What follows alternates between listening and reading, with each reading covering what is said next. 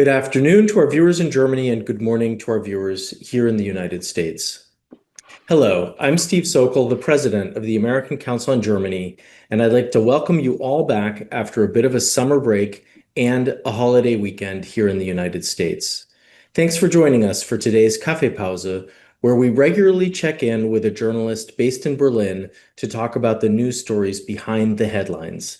And today, I'm delighted to welcome back Miriam Hollstein. She's chief reporter for Stern in Berlin. Miriam, thank you for joining us. Herzlich willkommen. Thanks for having me.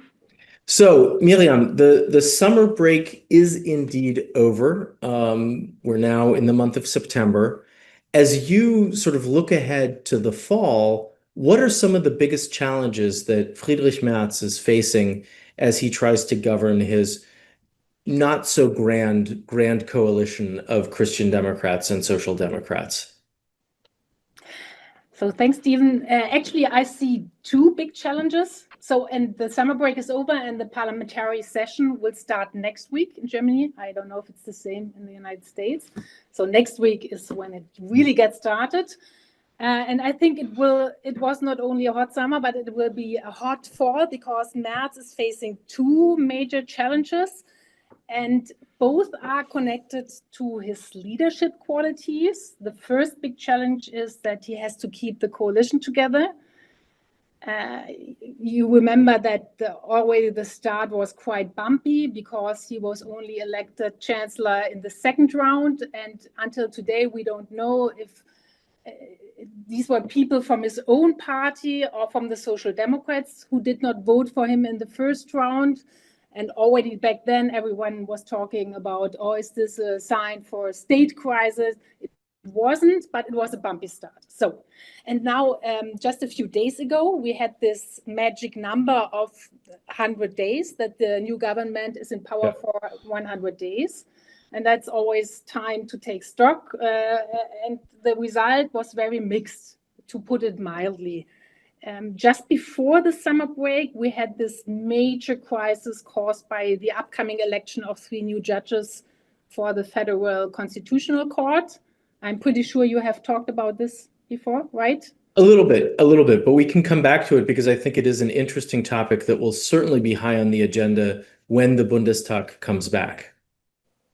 So you had to make it very shortly. You had 3 candidates, 2 from the Social Democrats, 2 suggested by the Social Democrats, and there was an informal agreement that the coalition would vote for them. And then just before the election, a larger group from the Christian Democrats said, we will not vote for this one candidate, Frauke Brosius-Gersdorf, because of her stance on abortion. So there was a big shitstorm against her. I mean, we can talk about it later if you want. And in the end, she herself ended her candidacy, but it's still unclear who will replace her. But that's an urgent issue because these judges need to be replaced by the end of the year. So, and the Social Democrats were very unhappy because before the Christian Democrats had told them that it would be okay to vote for this judge. So this is one problem. And another problem is that there are disagreements among the coalition partners on how to reform Germany. Merz's party wants to cut back social benefits. And Merz recently said at a regional party convention in Osnabrück that the current welfare system can no longer be financed.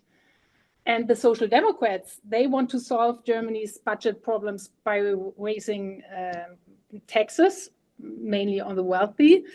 And Bärbel Baas, who is not only the Minister of Labor, but also the head of the Social Democrats, alongside with Lars Klingbeil, who is the Vice Chancellor and Minister for Finances. She said when she heard this remark from Friedrich Merz, it's bullshit that we can, she actually really said bullshit that we cannot afford the welfare state any longer. But didn't Bärbel Baas also say that there was a need for reforms? Yes, I mean they all. I mean, there's agreement that there's a need to reform the social welfare system, But how one goes about it is sort of at the crux of this. Sorry, say it again. So there's agreement from the two governing parties, the Christian Democrats and the Social Democrats, that there's a need for reform. Absolutely. To introduce the reform Yeah. is where they have differences. Absolutely. They come from the opposite sides on how to reform the system. So, and you don't see a compromise at the moment. So, at the same time, 2/3 of the Germans are not happy about Merz. We just had a recent poll just today, coming out today from our television station RTL. 66% of the Germans said they are not satisfied with what he's doing, and this poll also shows that if there were elections next Sunday, the AfD, the extreme right party, would come in first, in front of the Christian Democrats. It's the only poll. You have from other institutions, you have other polls. They suggest that the Christian Democrats would still be first, or the Christian Democratic Union. But this poll shows that there's really, it's really a danger for the Christian Democrats. So that's the first big challenge, bringing the coalition partners closer together to prove that this government is good for Germany and to convince the Germans that it's a good government. And just a few days ago, we had kind of a therapy meeting of the parliamentary groups, of both parliamentary groups in Würzburg in Bavaria. And as a result of this meeting, as you might have seen in the news, the heads of the parliamentary groups, Jens Spahn and Matthias Nirsch, they just traveled together to Ukraine. This is the first big challenge. The second big challenge is assuming leadership responsibility in Europe. I think Merz did kind of an amazing job, really, by bringing together Zelensky with the other European leaders and with Trump and Vance just before the meeting in Alaska. And he managed to back Zelensky during his visit to the White House by accompanying him with other European leaders. But now what? Yeah, if the US if Trump decides not to put more pressure on Putin to come to a ceasefire, Europe can do nothing about it. And you remember the ultimatum Merz delivered in the name of the EU in May, that Russia has to come to a ceasefire, and they said, oh, a lot of things would happen if Russia is not coming to the ceasefire, and nothing happened. So if Merz gets the reputation of someone who makes big announcements but who fails to deliver, I think it could happen that other European leaders will turn away from him. So this is a really difficult situation, and it'll be a hard fall for Friedrich Merz. But there is one good thing for him, that he won't be put to the test this year. Why? Because we only have one bigger election this year. It's the regional elections in North Rhine-Westphalia. Mm-hmm. So the big elections are coming next year in 2026. Then we have 4 Länder elections in Baden-Württemberg, in Rhineland-Palatinate, in Mecklenburg-Vorpommern, and in Saxony-Anhalt.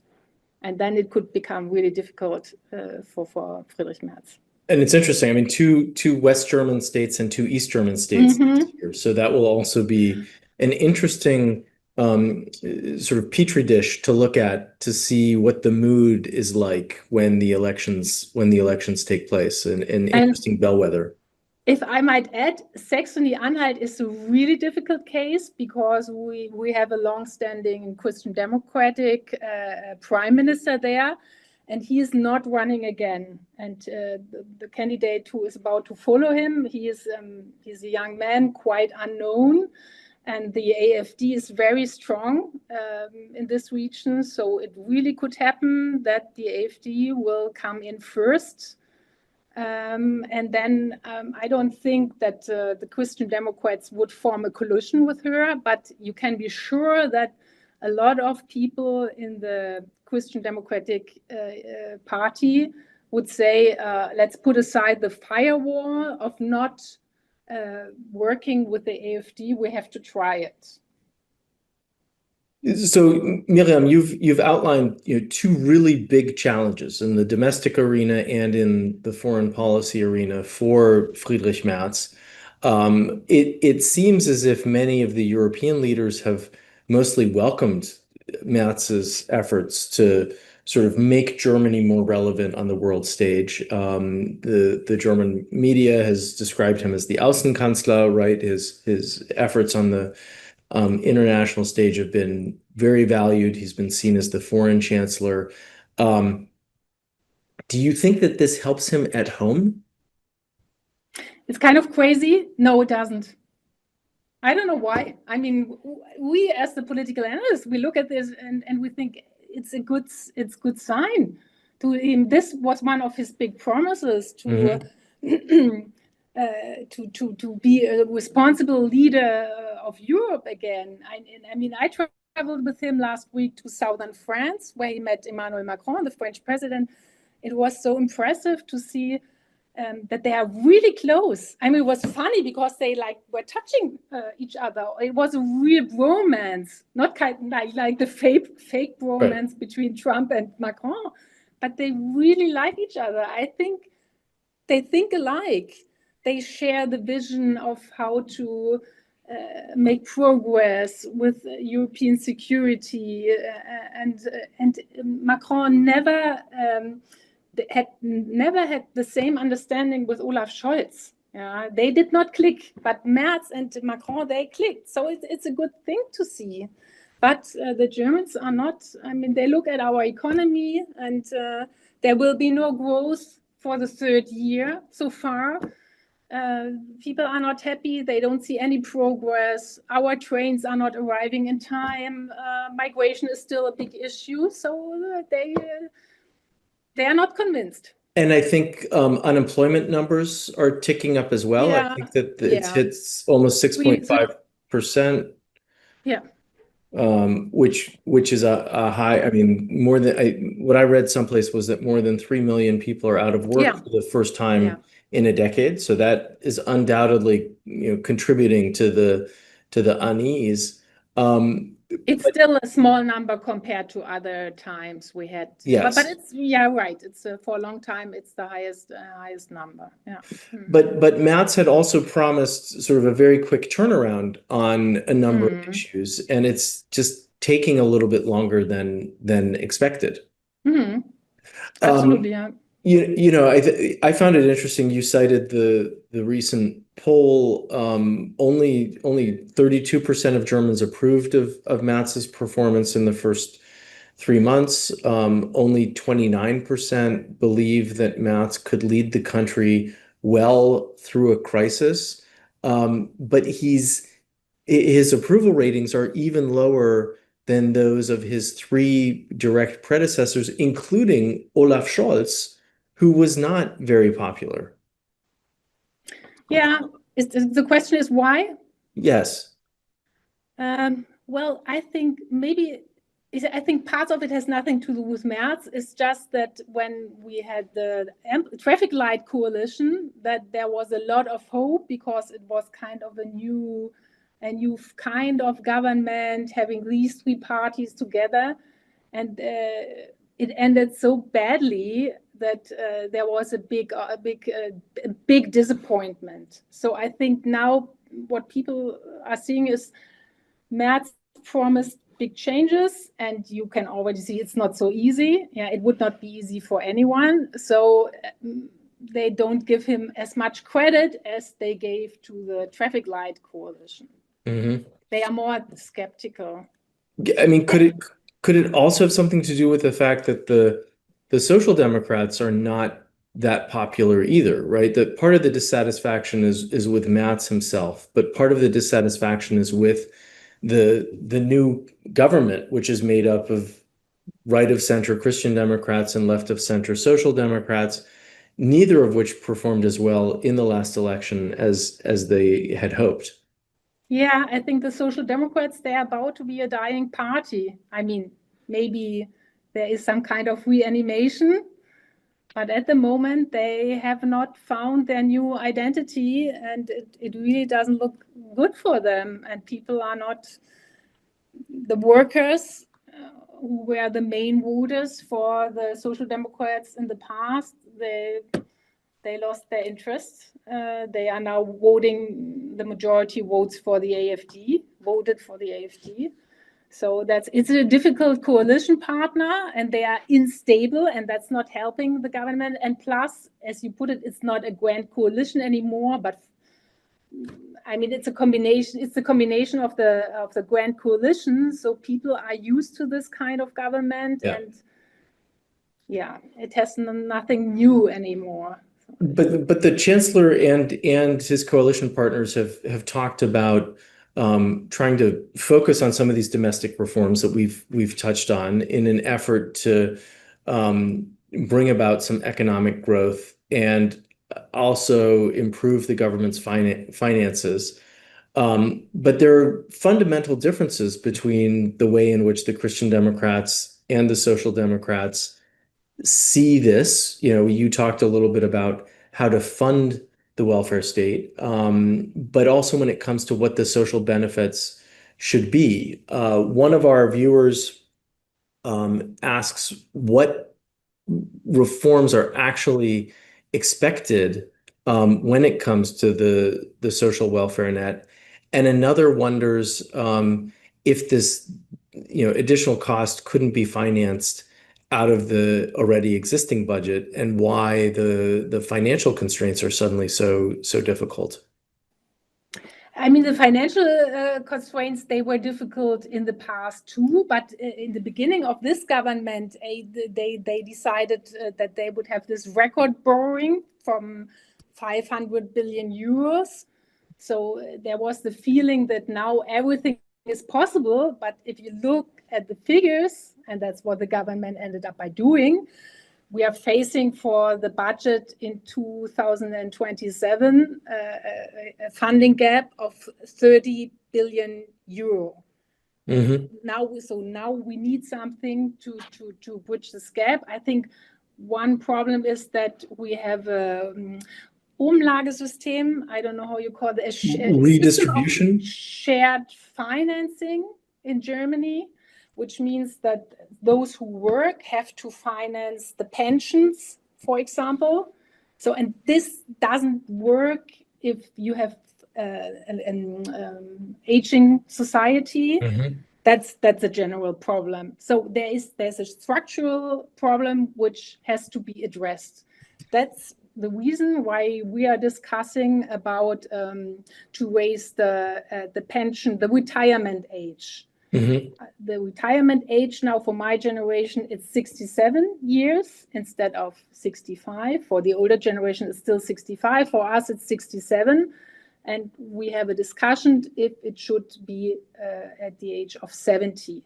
And there are other suggestions to introduce a wealth tax of 2% only for those who have more than 100 million euro.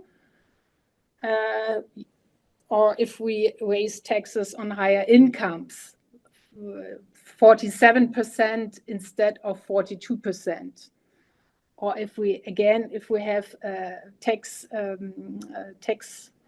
Zielmarke, if we have 49% taxes for those who earn more than 279,000 euro a year. And you have to remind that among the when Helmut Kohl was chancellor, the Spitzensteuersatz, the top tax bracket, it was 56%. So it was much higher than the number we are discussing right now. But still, it's for the people. It's still a very very difficult discussion to raise the tax. Can you talk to us a little bit about the role that Jens Spahn and Matthias Miersch are playing? You mentioned that the two of them, Jens Spahn representing the Christian Democrats, Matthias Miersch representing the Social Democrats, have been seen together trying to build coalitions, to build support for the coalition government. They've been traveling to Ukraine. They've been traveling in Europe, but also in Germany. They've been appearing together.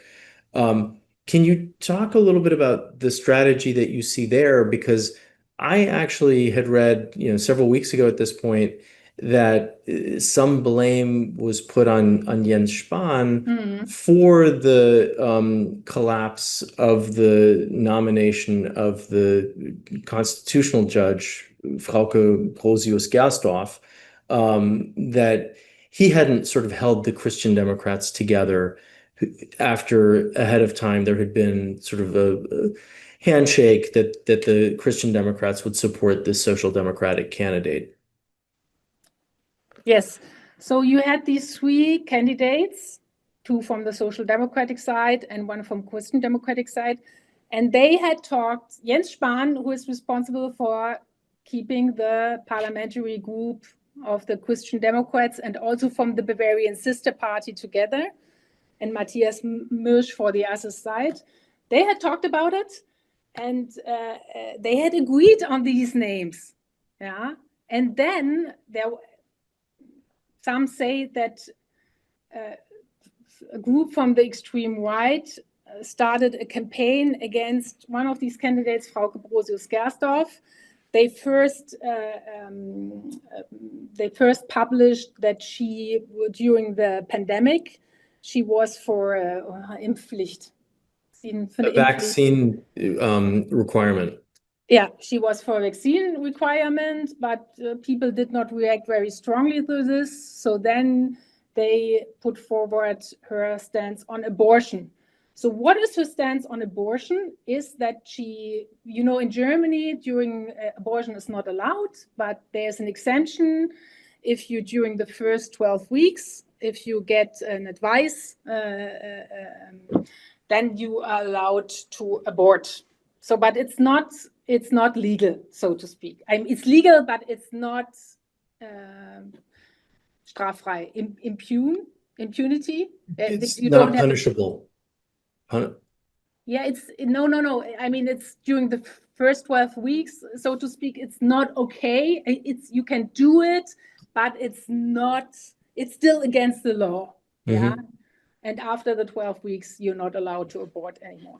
But women in this situation, if they want to abort, they do it during the first. Usually, they do it during the first 12 weeks. So what she said is, you have to put a line where you say the dignity of the fetus starts, and we should make these 12 weeks, the first 12 weeks, we should make it perfectly legal. It should be totally allowed to do it during these first 12 weeks. Only later on, we should talk about the dignity of this new human life. And this, I mean, you can be against it, but it's not a very controversial stance for most of the people, especially not because in East Germany, before reunification, abortion was totally legal during the entire process. So, but because people from the right, for them, abortion is still a big issue, and it's also a big campaigning issue. Though they started the campaign saying, she says that unborn babies don't have a dignity, what she never said. And that's how they managed then. And then a lot of people from the Christian Democratic Party said, we are not going to vote for her. And I spoke with someone working for Jens Spahn when it didn't work out. And I said, so how come that you could not see the problem there? And then he said, well, we were so focused on our conservative candidate because for the election of the candidates, you don't need only the votes of the coalition, but also from other parties, for example, the leftist party. So we were so much focusing on getting our conservative candidate through that we did not think, we did not do a real background check to see if there could be a problem with Frauke Brosius-Gersdorf. We did not think that there would be a problem. I mean, she has a very good, or she used to have a very good reputation, Frauke Brosius-Gersdorf. So we did not see a problem there. But can you also talk a little bit more about sort of the role of Spahn and Miosh as kind of Sherpas to keep the coalition together within the ranks of their respective parties? I think it's very toxic right now because most of the Germans are not so happy with the government. Why are the Germans not happy with the government? It's when they have the impression that there's no progress in the country and that the coalition partners are not getting along with each other. That was the biggest problem of the traffic light coalition. We had the impression they are fighting all the time instead of governing the country. So this is an impression you have to avoid when you govern a country. And that's the job of Matthias Mirsch and Jens Spahn, to manage it behind the scenes, to manage all these votes and discussions so that when you go to the public and you present something, and you have an election or a vote, for example, about 3 candidates for the Constitutional Court, that it's a vote without problems, that you see the Christian Democrats and the Social Democrats, and they say, we are working together for the best of this country. And that didn't work out. Why didn't it work out? I think because Jens Spahn has problems with his new role. You might remember he was the Minister for Health, but before he was the Minister for Health, he was one of the biggest opponents of Angela Merkel and her migrant policy in the Christian Democratic Party. So he's a very ambitious, still pretty young politician. He also tried to become the head of the Christian Democratic Party. He ran for it, but it didn't work out for him. So he had a lot of ambitions, and now he has to be the one of bringing people together. And it's obviously not his biggest talent, but that's his job now. So we will see if he'll last for the entire period. I have some doubts about it, but we'll see. Well, I mean, I guess there are questions as to whether he'll last, but as you've alluded to, people are already talking about whether or not this coalition will hold the full 4 years, or whether there will be new elections. I personally think it's a little bit early to start that sort of speculation. There's a lot that has to happen, but didn't we talk about this last time? We did. But what are you hearing? Is this still a theme, or is it something that's not worth following? Yeah, well, no, I mean, it's a question you can ask because, of course, some say we have so many problems already with this new government. It really reminds us of the traffic light coalition. Well, there is some talk about a minority government. So if this government would stop existing, that the Christian Democratic Union could govern on their own, supported by different parties, but they would need quite often the support of the AfD. Yeah. And at the same time, the AfD could not be held responsible for anything. So I think some in the Christian Democratic Union like the idea because they don't think that the Social Democrats, that they are really a match made in heaven, and they are not. But I think the most of the Christian Democrats, and especially Friedrich Merz, they know that it would be really dangerous, such a model, a minority government, and it would be dangerous. And plus, I mean, Friedrich Merz, you really can feel that he loves to be chancellor. So he's not, I think he won't do anything to put this government at risk. And also the Social Democrats, they know if there were elections now or in a few weeks, it would be toxic for them. They probably would get even less percent than at the last elections. And it could be over for them. Yeah. Well, one of our viewers just wrote in that minority governments cannot make difficult decisions, and of course there are many of those that need to be made right now. So I think that if this government does collapse, it would be far more difficult to get anything done, and I think that the members of this government are very well aware of that as well. Yes, we talked about this before, that we really need a structural reform. I don't think it will happen this fall, but I mean, something must happen. And if you remember, or if you compare it to former governments, for example, to Gerhard Schröder or to Angela Merkel, they too, the big reforms, they managed to do them in their second, in the second part of their time as chancellors, not in the beginning. Yeah. Switching gears a little bit, several people are asking about the standing of the Greens and the position of the Greens. One person is interested in knowing how the Greens are doing in the polls and whether there was any interesting data in the recent poll that you cited. And someone else is curious about the position of the Greens on the social welfare reforms and what's necessary. It's funny because we just talked about it in our morning conference, and one of my colleagues said the Greens are the most boring party right now. I don't know. I mean, you have heard that the very charismatic former Minister of Economy, Robert Habeck, is now leaving German politics. Robert Habeck, who went for being chancellor.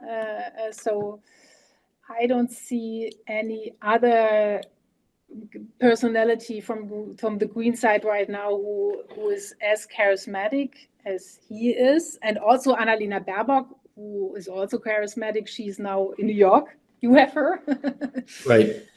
And it's a little the same like with the Social Democrats. It seems to me that they have not totally found their new identity. I mean, the climate change is still a very big issue, and I think it will become again an even bigger issue, but it's not on the top of the agenda right now, so they can't take advantage from it. So they are kind of, I don't know, they say what they are always saying. I mean, they are also for the reform of the social of the welfare state, but they are much closer to the Social Democrats than to the Christian Democrats, to the conservatives.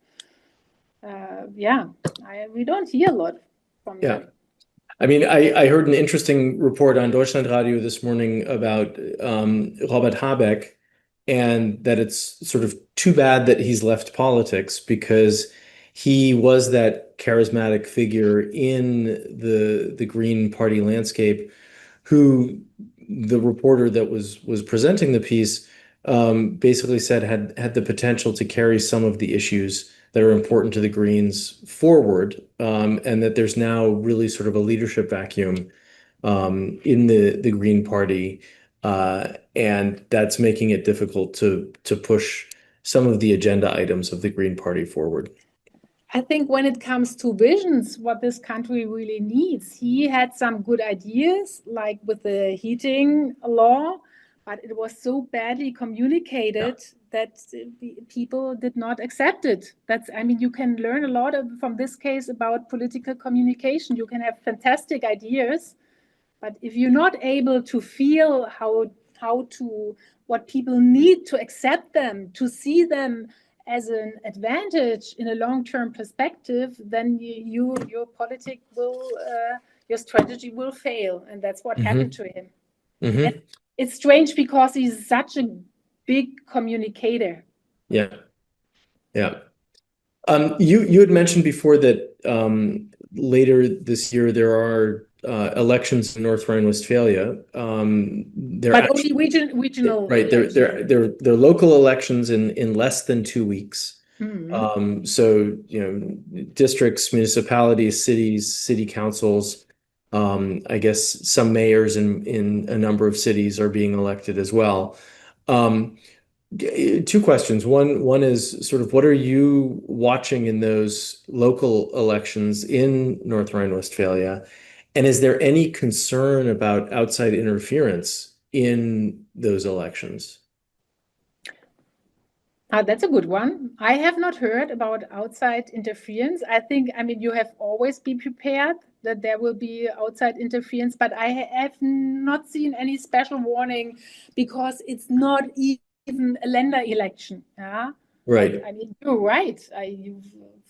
probably an interference could, I don't know. Yeah, but I haven't heard about it. I have to keep my eyes open. Yeah. So it's an interesting case because North Rhine-Westphalia is the country in Germany, the region in Germany with the most bevölkerungsreich, with the most people. Yeah, the highest population. With the highest population. And the former Prime Minister Armin Laschet, who tried to become chancellor and who terribly failed, he always said, North Rhine-Westphalia, it's Germany on a smaller scale. Yeah, but you have everything what happens in Germany will happen there too. There's one advantage for Friedrich Merz for these elections from the perspective of the conservatives. They have a prime minister, Henrik Wüst, a conservative prime minister, and he's still kind of a young man, and he's very popular. So I think, and Friedrich Merz also comes from North Rhine-Westphalia. I think the conservatives, to them, it's still a good country for an election. But these elections will be interesting because we will see how the AfD will perform there. And if they are strong there, then that's a really bad sign for the rest of Germany. So I think that's the big issue of these elections. And plus, for the Social Democrats, it'll probably be a very sad day, the day of election, because we are expecting them not to perform greatly at these elections, and that also it's not decisive because it's too small to be decisive, but it'll just be a sign for things to come, I think. I mean, it's probably obviously important to watch, given that Friedrich Merz comes from North Rhine-Westphalia, that Jens Spahn comes from North Rhine-Westphalia. A lot of people in the CDU are from that state. I think that there have been some tensions between Hendrik Wüst and Friedrich Merz, but those seem to be calmed down a little bit. But these are all, individuals to watch, and they'll obviously be watching the election in, I guess, a week from Sunday, on the 14th, very, very closely to see, how the AfD does at the local level, how their parties do at the local level as well. It's like a group. It's like a group of wolves. Yes. Henrik Wüst, he is one. I mean, you have the leading wolf, Friedrich Merz, but you have always a lot of young wolves around trying to check if they couldn't be the leader of the pack. And Henrik Wüst very clearly, he thinks that he is chancellor material, but he also knows that it's not the moment to make the pitch. So. Right. This isn't quite his time, but it could be if the Merz government collapses, or even if the Merz government lasts for the full 4 years in 2029. I think it's a possibility that Hendrik Wüst might be the chancellor candidate, the Kanzlerkandidat of the Christian Democrats. Well, if this coalition will last, you can be sure that Friedrich Merz will run again. And will try to become a new Adenauer, who was chancellor at the age of 80. So, but if it doesn't work out, so then Hendrik Wüst definitely will raise his finger to. Yes. Miriam, I have a closing question that goes in a different direction that was just submitted by somebody. As you know, a couple of days ago, the airplane that Ursula von der Leyen was in, the navigation system was jammed of that plane as it was flying over Bulgaria. And the person that submitted the question wants to know, was this something that was widely covered in Germany, and did it lead to concern in Germany about this activity of jamming the GPS system, particularly given who was on board the flight? Well, it was covered, but it was not a big issue here. And I think it might be because it's not so unusual. I remember that last year I traveled with Boris Pistorius, the Minister of Defense, to Norway, to the Norwegian-Russian border. And like you call this jamming, right? Like this interference in the GPS system.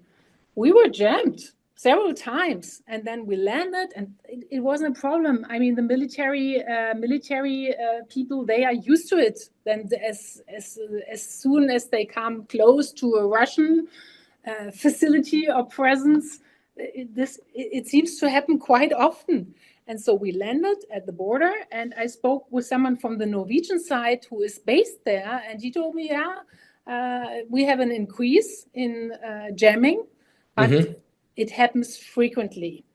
And yesterday I went to a press conference with the general inspector of the Bundeswehr, of the army, and he said, oh, me too. I have also been jammed before. So it's not so unusual. And I think it might be a little different in this case, because if you're not used to it, then probably it can be kind of, it's new to you, maybe, I don't know. But I think the military air flight personnel, they are pretty used to it, and they know how to deal with it. And it's not, it seemed to me not to be a very big technical challenge to them too. I mean, there had been some coverage of it in the US, just around, whether or not pilots are prepared, and sort of going back to paper maps, and using radar and communication with control towers to map out flights. And certainly the military pilots that are flying, someone like the defense minister, Boris Pistorius, and presumably the people that are flying the president of the European Council, Ursula von der Leyen, have also been trained, right, to use analog materials. But there was some discussion about just how dependent we've become on technology, and that you always need to have the plan B, of sort of the older ways of doing things. Well, I can end with a personal anecdote. In 2018, I was flying with Angela Merkel to the G20. I think it was a G20 summit. The destination from Berlin was to Buenos Aires. And after I think 1 hour or so, she came to us and told us that we have to land because the entire electronic system went down. So it was an emergency landing, and we landed, instead of going to Buenos Aires, we landed in Cologne and went to Bonn. So it starts with the same letter, but it's quite a difference. So then later on, we got some information about the situation, and there was some talk about, could this be sabotage? It seems it wasn't sabotage, but the pilots landed the airplane without any electronic support. Yeah.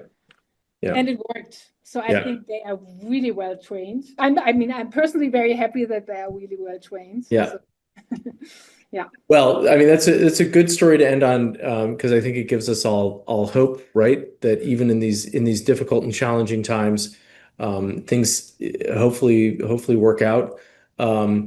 Miriam, thank you so much for joining us today. We covered, a lot of domestic politics, a fair amount of foreign policy. It's always great to talk with you and to get your insights on what's going on in Berlin. So herzlichen Dank. The pleasure was all mine. See you soon. Thank you. And I'm so much looking forward to see if Donald Trump will be seen today. That's what everybody is wondering about, certainly here as well. I read something this morning that said that recounted the quote by Mark Twain, that the reports about his death have been exaggerated, that he is out and about, and we will see him soon. But there's been a lot of conjecture over the last few days about exactly where the president is and what's going on with him. So hopefully we'll have a few answers to those questions later today as well. Well, with that, many thanks, and talk to you soon. Talk to you soon. Okay, Bye-bye. bye.